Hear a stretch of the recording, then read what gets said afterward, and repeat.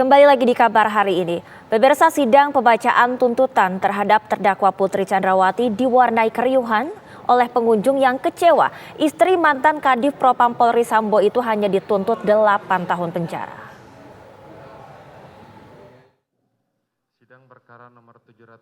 Dalam bacaannya, jaksa meyakini Putri Chandrawati bersama-sama dengan Verdi Sambo melakukan pembunuhan berencana terhadap Brigadir Nopriansyah Yosua Huta Barat. Putri diyakini melanggar pasal 340 KUHP Junto, pasal 55 ayat 1 ke 1 KUHP. Namun saat jaksa menyatakan menuntut Putri dengan 8 tahun penjara, pengunjung sidang pun ricuh kecewa dengan tuntutan jaksa tersebut.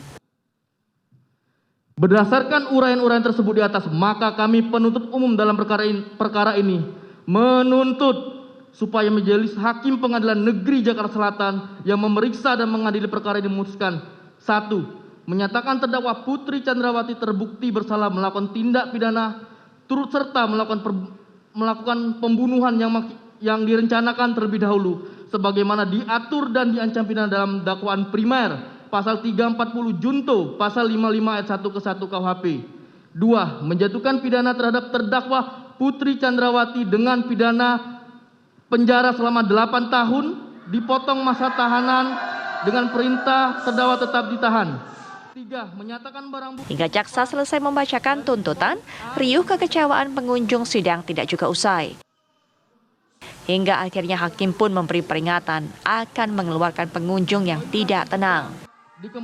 Demikian tuntutan pidana yang kami bacakan dan diserahkan dalam sidang hari ini, Rabu tanggal 18 Januari 2023, Jaksa Penuntut Umum. Demikian yang mulia. Mohon untuk pada pengunjung untuk tenang, atau kami bisa perintahkan untuk saudara dikeluarkan. Mohon untuk tenang, tolong hargai persidangan. Dari Jakarta, tim TV One mengabarkan.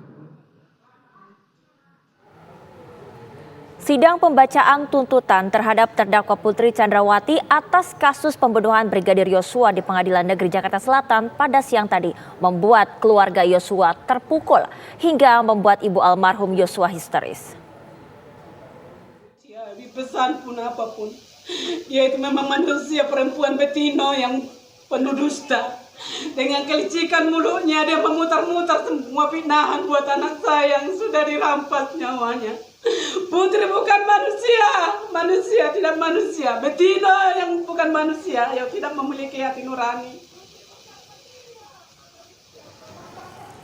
Sementara itu, kuasa hukum Putri Chandrawati menghargai tuntutan yang diberikan oleh jaksa penuntut umum. Meski begitu, dalam pembacaan tuntutan tersebut, kuasa hukum mengidentifikasi ada sejumlah poin yang dicatat mengenai tuduhan terhadap Putri Chandrawati yang dibangun berdasarkan asumsi atau karangan. Setidaknya saat ini kami mengidentifikasi ada 15 tuduhan terhadap Bu Putri Chandrawati terkait dengan perkara ini yang dibangun berdasarkan asumsi dan karangan. Kenapa asumsi dan karangan? Satu, karena itu bertentangan dan tidak berkesesuaian dengan bukti-bukti yang muncul di persidangan.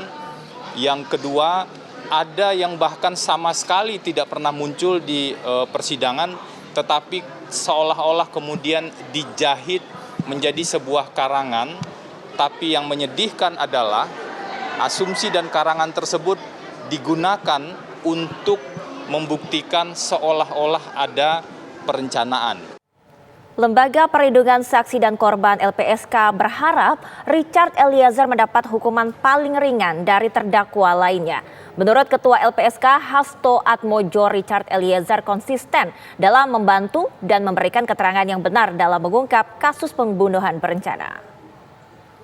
Masih kurang di dalam pemberian penghargaan kepada Eliezer ini. Memang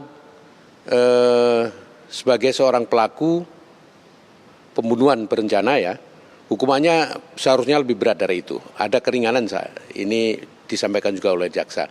Tetapi kita harus melihat bahwa dalam persidangan ini selain konsistensi, Eliezer tetap berpegang teguh pada keyakinannya, pengakuannya adalah sesuatu yang benar. Dan ini